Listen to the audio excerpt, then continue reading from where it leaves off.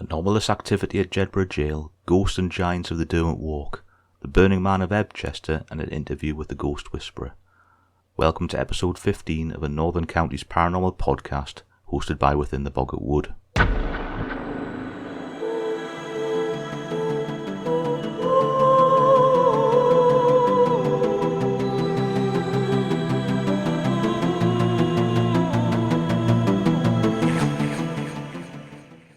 I'd like to start this episode with a shout out to a new Patreon subscriber, Mr. John Morley. Many thanks, John, your support means a lot.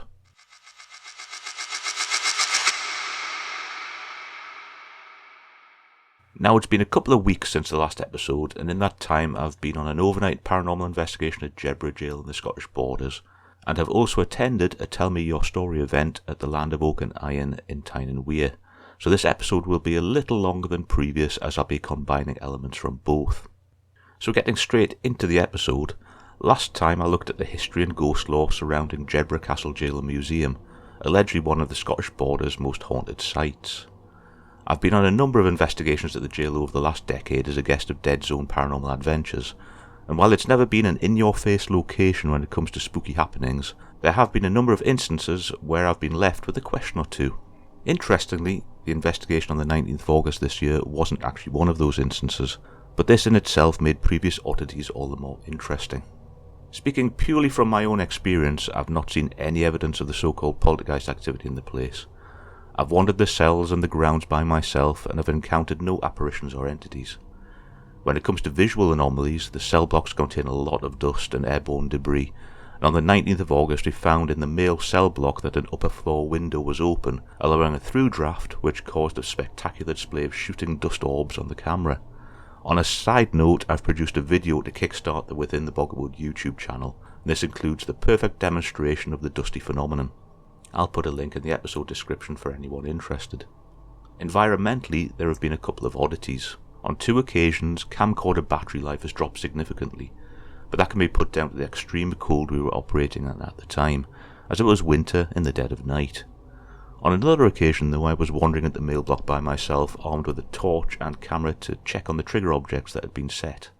About 10 paces in, I walked into a wall of what I can only describe as sudden cold, the sort that makes the hair on your body suddenly stand on end, and in perfect Hollywood fashion my torch flickered and literally died on the spot. Now the male prisoner block has no lighting, so I couldn't navigate safely up the stairs without a torch, so I turned around, walked back out of the block to go and get new batteries, and my torch instantly came back on as soon as I'd left. So I turned back around again, went back in, and all was good. The cold had gone and my torch lasted the night.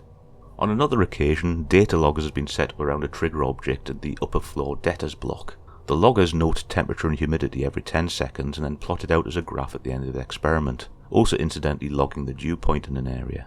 One of the interesting factors of looking at the plotted data is you can see when people enter and leave a room, with the temperature and humidity shifting accordingly.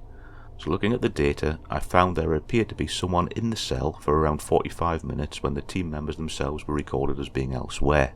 My naturally cynical mind in this case though noted that the anomalous readings were between 11:15 PM and midnight, suggesting more to me that someone from the team was in the cell but hadn't recorded their location at the time. I'll put the graph on the episode page on the website so you can see for yourself. For me though, the main element of interest is the subtle shifts of audio within the place. Now on August the 19th it was a windy night, so we had the flagpole cable cracking sounds through most of the investigation, as well as the rattle of windows and doors. We also had rain but relatively warm weather. It was the first time I'd been in the jail where I didn't have to wear thermals, so it was a pleasant experience. When I've analysed the audio recordings taken on the investigation though, barring the wind-induced bangs and rattles, there's no audio that I'd raise an eyebrow at, which makes recordings taken over the last couple of years on previous investigations all the more interesting. It has been noted that a rogue flesh and blood cat does like to join investigators at the jail for the night, so the beastie may explain some sounds, but obviously not all.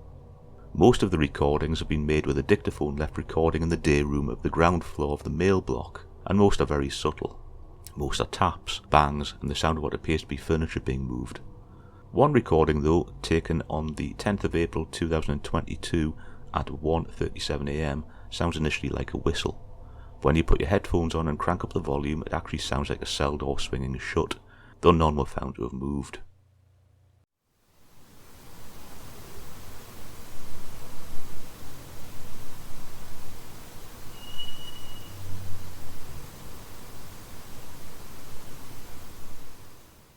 Earlier on that investigation, at midnight, there was a short recording of what sounded like an air raid siren sounding in the distance. So it would be interesting if any listeners could let me know if Jedburgh did indeed have such a thing, or if it is just an audio misinterpretation.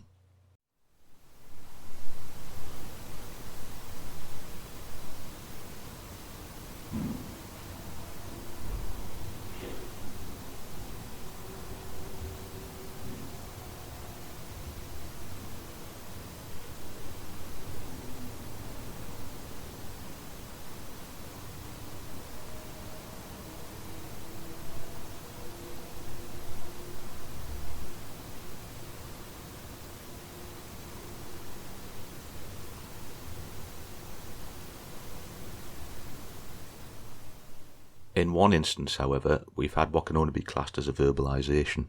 It seems to be a female voice, but most can't agree on what it says. I would tell you what I think it says, but that would just cause most folk to hear what I've said through audio suggestion. I'll put the file on the episode page on the website for you to listen and make your own mind up, but I'll also play it back here. In theory, I'll be back at the jail this October, so I'll see what recordings I can take. If anyone listening has any suggestions as to experiments that can be undertaken, please get in touch.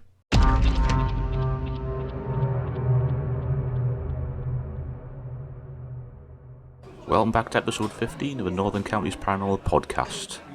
Today I'm recording live at the Land of Oak and Iron Heritage Centre in Winlayton Mill, Tyne and Wear, so if the audio is a little all over the place, apologies in advance. The Land of Oak and Iron Heritage Centre lies within Derwent Park, part of the Derwent Walk Country Park, and occupies a parcel of land, part of which originally held the Derwent Coke Works. The 12-mile long Derwent Walk itself runs from Swalwell and Tyne and Wear to Consett in County Durham, and follows the line of the old Derwent Valley Railway, a passenger and iron ore freight line which closed in 1963. The line had originally opened in 1867 as the Lanchester Railway Extension, and ran over 4 different viaducts, including the 9 Arches Viaduct, which moved the railway past the Gibbside estates rather than through them. The goal of the Heritage Centre is to promote the local heritage, woodlands and wildlife of the area, as well as provide a community hub. I'll post a link to the Heritage Centre in the episode description should any of you lovely listeners wish to visit. So the Derwent Coke Works were originally built in 1828 on part of Crowley's ironworks site, which in its heyday had been the biggest ironworks in Europe. The Coke Works operated until the 1980s, and the site was demolished late in that decade. And while I've not been able to find any folklore or ghost stories about the Coke Works, there are a few interesting tales about the Derwent Walk itself. Local folklore tells of a witches' coven meeting beneath the 9 Arches Viaduct, though the stories themselves draw in the 17th century witch trials and lore, 200 years before the viaduct was even built, demonstrating ably how myth and legend develop over time. The 9 Arches Viaduct has also been subject to a few ghost sightings, with shadow figures being reported at twilight on the route across the top of the viaduct. I did witness something similar myself back in what must have been 1994, when I was returning to Wickham after a long Sunday hike. I approached the viaduct at twilight. What I saw appeared to be multiple people moving around the viaduct who simply vanished when I approached. My rational head says it was likely twilight shadow play mixed with exhaustion after a 10-mile hike, but over the years I've heard of other folk experiencing exactly the same. On another occasion I was returning from another hike, but this time the sun was well down and there was a low fog sitting across everything. All of a sudden I got the shock of my life as a cyclist whizzed past from behind. What startled me at the time was a complete lack of noise, possibly just dampened by the fog, but also the figure appeared dressed like an early 20th century miner. Further along the Derwent Walk near its opening at Rowlands Gill, there's a spot where dogs growl and snarl, or jump in fright at something in the trees, and dog walkers have reported hearing disembodied voices and the sounds of kids playing. At the junction of the walk with Clockburn Lonnan, the apparition of a cavalier has also been reported. The Lonnan itself was one of the routes allegedly used by Oliver Cromwell to move his army towards Newcastle during the English Civil War. The remains of Hollinside Manor lie on the south side of the Derwent Walk, in between Wickham and Winlayton Mill. The ruins were once my stomping ground as a kid out exploring with friends, and I even used the ruins for a photography project back in the depths of time when I was at university. The ruin is assumed to have been built originally in the 13th century, with studies of the structure suggesting living quarters on the upper floors and potentially storage and housing for livestock below. The building originally belonged to the Hollinsides, but passed through a number of families including the Redhuffs and the Hardings, eventually residing in the Bowes estate. As a kid I heard the story of the room being haunted by a grey lady, though I wonder if this story was a bit of a mix-up with nearby Gippside.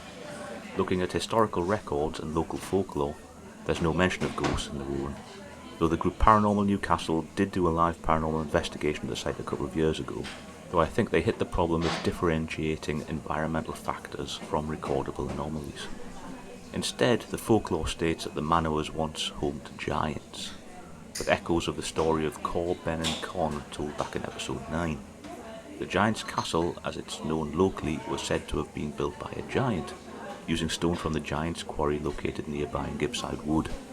The giant who lived there was said to have terrorised the neighbourhood, raiding nearby farms and settlements for cattle and sheep, which he stored in the basement of the manor until the time came to make them his dinner. He was also said to have constructed a hidden tunnel down to the river Derwent, where he stored all of his most precious treasures away from prying eyes. Sadly, no trace of a tunnel has been found as yet during archaeological investigations of the place. Strangely though, unlike the story of Cor, Ben and Con, there are no stories recounting the giant's demise. However, he was said to be buried in the giant's grave, a long raised mound of earth located between Fellside Park in Wickham and the Derwent Walk. This in itself shows the evolution of local folklore, as the mound in question is actually the remains of a raised wagonway that served the 18th century Bagnall quarry. Allegedly, the source of the giant story may date to the Harding family, who apparently had a number of family members of great stature, described as having the height of nearly 7 feet tall. I do wonder if the tale began as a jibe, which then took on a life of its own. The story of the Burning Man of Ebchester, a somewhat gruesome tale and chronicled by the founder of Methodism, the Reverend John Wesley, began in 1757 when Mr. Robert Johnson's last will and testament was drawn up. Johnson became estranged from his son Cuthbert, who married a local girl against the express wishes of his father. It was said that Johnson Sr. exclaimed, upon hearing the news of his son's marriage, that he wished his right arm burned off if ever he gave his son even a sixpence. However, in March 1757, Johnson fell ill and knew that his days were numbered. He had his will drawn up and left all of his estates to Cuthbert. That evening he died, and as was tradition, his body was laid out in the parlour for people to pay their respects. On Thursday 10th of March, his widow noted that his body was warm to the touch. The family and their visitors retired to the adjacent room for food and drink. Then the most peculiar smell started to drift through the house. The room in which they were eating and the kitchen were duly searched, but no source of the smell could be found. Then smoke was spotted coming from the parlour. Rushing in, they found the room full of acrid smoke, which was billowing from the body. The sheet covering the corpse was pulled back, revealing Johnson's body so badly burnt that apparently his ribs and entrails were visible. Steam was billowing from his head, and his right arm had nearly burnt off entirely. Those present began to throw water on the body, which hissed and steamed off. Yet it was noted that the sheet that had covered Johnson hadn't been touched by the heat before it had been pulled off. The planks below him, though, had burnt so hot they had turned to charcoal. Once the remains had cooled, the decision was quickly made to put what was left in the coffin, which was duly nailed up, and a watch was set on it. However, the sound of crackling and fire was soon heard from within the coffin, and the family decided to make haste in taking it to the churchyard. Local legend goes that, even as the coffin was buried near the steeple, the church shook, and as people backed away from the church, part of the steeple crumbled and fell on the precise spot where those attending the burial had been standing. Sadly, burial records at Ebchester were missing for 1757, but it would be interesting to see if these incidents had been recorded.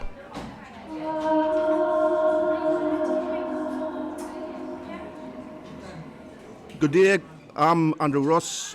I run the Walking with Ghosts at Durham.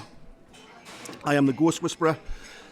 I've come today to the Heritage Centre to meet Tony. I saw that he was doing a meet-up, and I thought I'd come here to say hello, because his show, the Within the Boggart Wood, it's an excellent show, and I thought I would just come along, pop along and say hello. You're not paying him anything, are you? No, definitely not. No checks in the post. A little bit about myself. The paranormal history and stuff, like, I've always had an interest in the paranormal. Did my very first investigation when I was about 10-year-old. At the time, the Alan Godfrey, Sigmund Dadansky events were happening in Todmorden. I read it in the paper, and I thought I'd go and do an investigation, see if I could see or catch any UFO alien footage. Asked my cousin to come along. My cousin was a bit of a pain in the backside, so I was taking him along for a ulterior motive.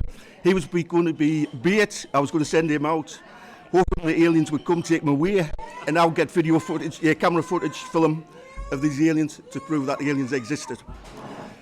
Through the years, I collected books, Fontaine Times, UFO magazines. I always love healing stories, ghost stories, myths, legends, anything. Whether they're true, whether or not, I just love the stories. It's something what's happened to somebody. To them, it is true. It has happened to them. It's just an interesting story. And also, a lot of stories are about our history. There's a lot of history what is forgotten, but within these stories, there is some of the past history. I've been a member of a group called Twilight Worlds. I've been a member of them for 22 years now. An excellent group. We're only a small group. We do sort of small investigations and that. Through that time, I've had the pleasure of being, and the privilege of being the chairman.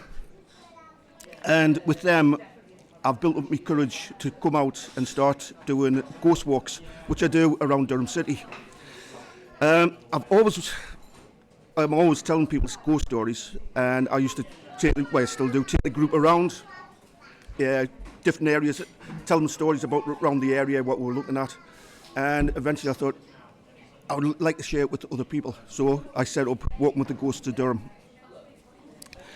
I've been doing Walking with the Ghosts of Durham for about a year now. This is my second season coming up to Halloween, second Halloween season coming up, and it's built my confidence up. When I first started, I was a very, very nervous person. I was, but through time, I've get the confidence to start talking, meet people.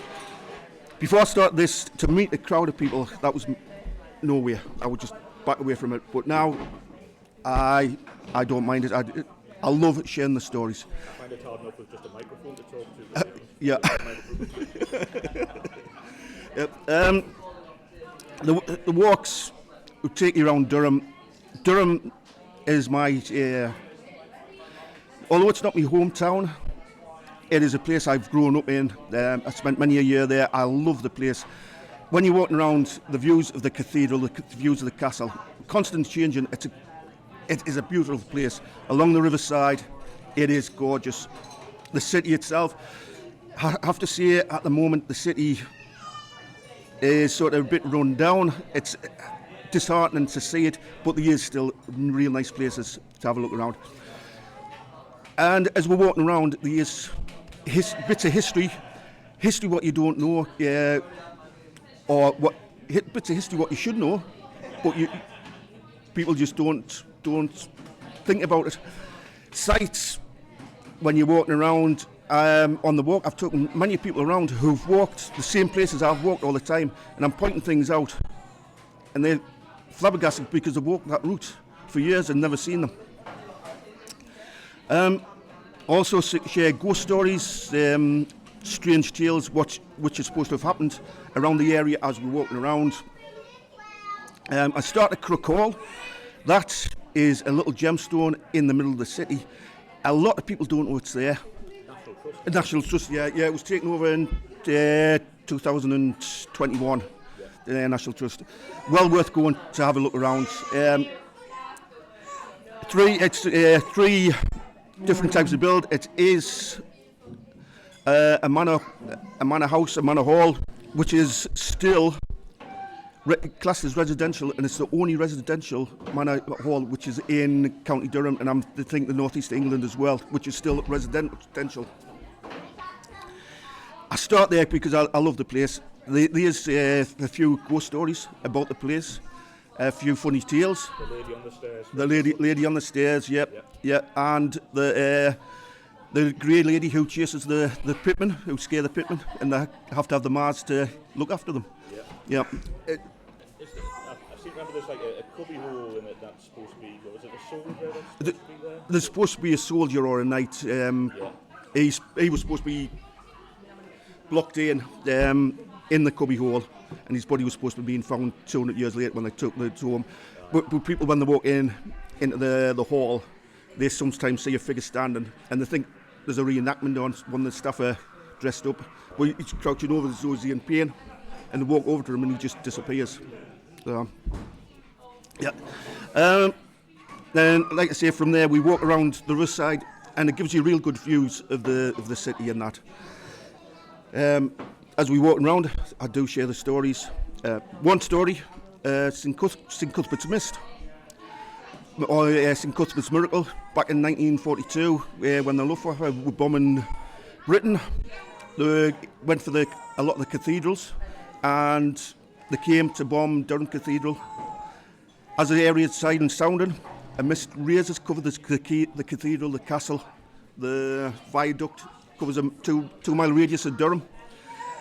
The bombers fly around, they can't find the target, so they have to drop the bombs outside of Durham. Flamgate, Moor, Giles Gate, they get hit. Apparently, Finkel Abbey was mistaken for the cathedral. Bombs were dropped there, but there wasn't much damage done, luckily. Flew away, and then once the sirens sounded, the mist was supposed to disperse and clear. It's called St Cuthbert's Miracle, St Cuthbert's Mist. Advisory I would say is Durham is surrounded by 3 sides by a river, and warm days followed by cold nights, you do get mist. Yeah, but for that mist to rise exactly as the area siren sounding and to drop as it's sounding again, it's interesting. It's how local folklore. It is. Yeah, I know. On the walk, I've had a few. When I tell that story, I've had a few people whose some of them, the grandparents were some of the wardens who supposedly saw the mist rising. And also, I was told that they still taught the story at school, which is a good thing to pass on these stories. I mean, oral story tradition is disappearing. It is. It's nice to see it being regenerated in various places. It is. Yeah, it is. Yeah. I just carry on along the river, giving good views of the cathedral, up in the cathedral area itself. There when I'm on the walk, the story's what is there. Really, I could do a walk all of its own around Durham Cathedral and the castle, because there is a lot of old stories, old tales, and it can take up to an hour sort of telling all the tales and that what are there. And I'm always picking more tales up and hearing more stuff. Well, I mean, the people who come along on the ghost walks, do they tell you their stories as well? They do. They share their stories. Everything. Ghost stories, big cat sightings, even the Bigfoot type stories. Yeah. They share them all, and some of them don't like us to share stories, but others don't mind the tell us. And in fact, some of them I've incorporated them into the tour because it is people who work in shops and buildings in and around Durham who've had strange experiences, and so I can see what's happening. And some of these stories are still happening. There's restaurants and that where people are still seeing a young girl, a Victorian girl, running around, and that's been going for years. And I say, last year when I started the walks in October, November time, there was a girl, she used to work in that restaurant. She'd left 6 months ago, but she'd never seen anything, but her friends who worked there had seen this young Victorian girl running around the restaurant. Yeah. Yeah. Is it something like Twilight Worlds you're looking into, or not? No, we used to do sort of investigations where we'd go to businesses or people's houses and that, but we realised the sort of ethics and that of doing that, we stepped away from it. It's a minefield area, so we just stepped away from that. We do it's investigation, like if there's a road incident on road, ghost sighting on a road, we'll go there. Or if there's like Crook Hall, we'll pop in there, just have a walk around. We in the group we do have people who are sensitive. Personally, I'm not sensitive. I'm not psychic, anything like that. I just go. In the group, I'm classed as a skeptic. I'm not a skeptic. I think I'm on the borderline, because with skeptics, I'm a total believer, and with people who are total believers, I'm a skeptic. Yeah. So a skeptic is just somebody who questions. Yeah, So yeah, that's the bottom line. yeah. The term's just being misused. Yeah, it's just like I say. I mean, with the skeptics, I would say thingy, and sort of say, well, you have to look at this bit, and the skeptics think I'm a total believer, which I so I think I'm perfect in the middle, because So it means you get the flack from both sides. I do. Yeah. But I mean, in this, like when we are investigating stuff, even if you go in and find that such case, it's a fun story. It's funny, right? There's a story which I share on the tour. It's about the Shincliffe Lane ghost. Now, back in the 1920s, for about a month, there was a sighting of a ghost which at Shincliffe, just outside of Durham, this ghost would shoot from one side of the road to the other. And the people in cars, there wasn't many cars about at the time, but as they were driving down, they would see this figure cross. They hear chains rattling and they hear a screaming or whistling sound. Some of them would crash the cars. Yeah. Anybody on bicycles, they would see it as well. They would sometimes fall off the bikes. Or people who were walking, they'd rather walk 2 miles around than going down that lane. Eventually, the police went. A bit like today when you sort of report a crime, the police take forever to come out. They eventually did come out, and there was a police officer. He was riding up the lane when this figure shot in front of him. Shot out in front of him, gave him a shock. He fell off his bike, and he decided, well, look, I'm a police officer. I've been sent down to investigate this. I have to do some investigation. So he got up. As he got up, he could hear a bit mumbling, a bit sort of, as though some people were laughing. Started to look. He saw on the far side of the road, he saw this ghost what had shot past. So he went up there to investigate. He heard people running away. Yeah. He got there, he found that children had tied a length of rope from one side of the road to the other, putting a duffel coat on, then covered the duffel coat with a white sheet, hung chains in it, and they had a tin can with holes in, so when they pulled it, it was sort of did a whistling and screaming. So, and eventually the perpetrators were found. There was 4 young lads found, and they did get wrong for doing that. Now, if that police officer didn't find that, and the young lads came, cut the string down, the rope down, forever, there would be the story of that ghost going across the way. But it's a real funny story. I like a good laugh and I like a good joke, and that's sort of paranormal, ghostly, but it's a joke as well, and it is real funny. And I know my uncle did something similar. There's near Russ, there's the line which takes you from Burnhope right way through up the top of Quakey houses, and people use it. It's a footpath now, and when it was a railway track, it was for the trucks from Burnhope Pit, which would go to Quaking houses, and then the call from there would be go. But people used to still use the line. My dad says when the trucks would come down, they would jump on the trucks, get a ride up to the top to save walking up. And on a night time, when if they're going to Durham, to Stanley for a drink, they would walk up that line because it was a quick route to the pub and a quick route back.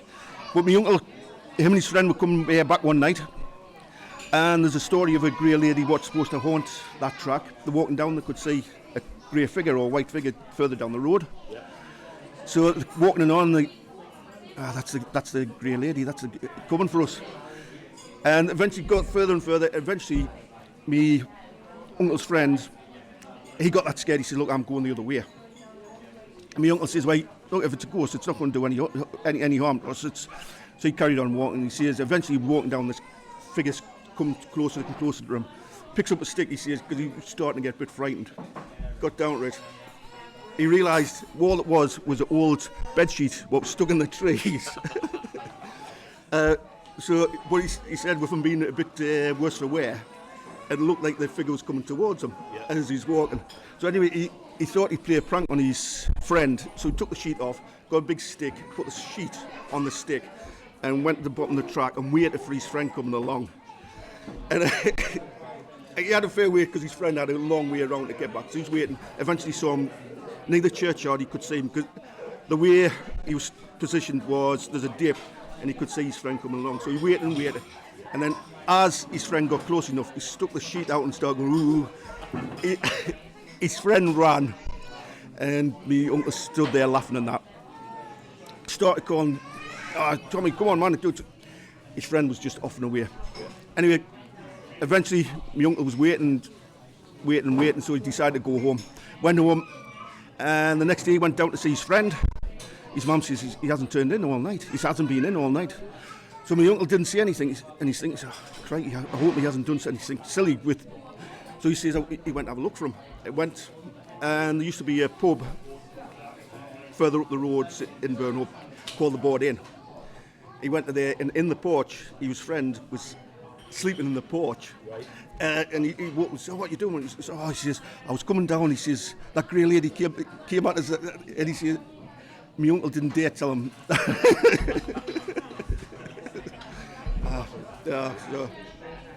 Yeah, but like I say, it's they just sort of really. I just love them types of stories. It's just if you go onto Facebook and look for Walking with the Ghosts of Durham, you'll be able to book there. Or if you look for Facebook as well for Andrew Ross, messages there. On Facebook, I'm always putting the walk dates and information about walks on. There's a few groups I every so often post links to. The season is starting again. It's September the 16th. That walk is almost full. I think that I was looking at the day, and I think I've got four places left for that walk. The next one after that is the 19th, and then the 1st of September. And once we get to October, again, I've got the calendar up on my website, my Facebook page, and there is going to be more dates in October with the Halloween. So just look on there for Walking with the Ghosts of Durham and find us there. We'll finish this episode with a short folk tale presented by William Brocky in 1886, entitled Cows Milked by Hedgehogs.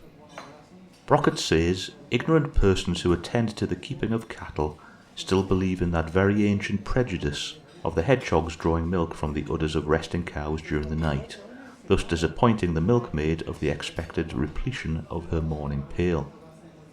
The smallness of its mouth, he adds, renders such an accusation thoroughly absurd, but to reason with such people is like talking of the blessing of light to those who have had the misfortune to be born blind. Thanks for listening to episode 15 of a Northern Counties Paranormal podcast. As usual, more details can be found on the website at theboggartwood.uk. Until next time, stay safe.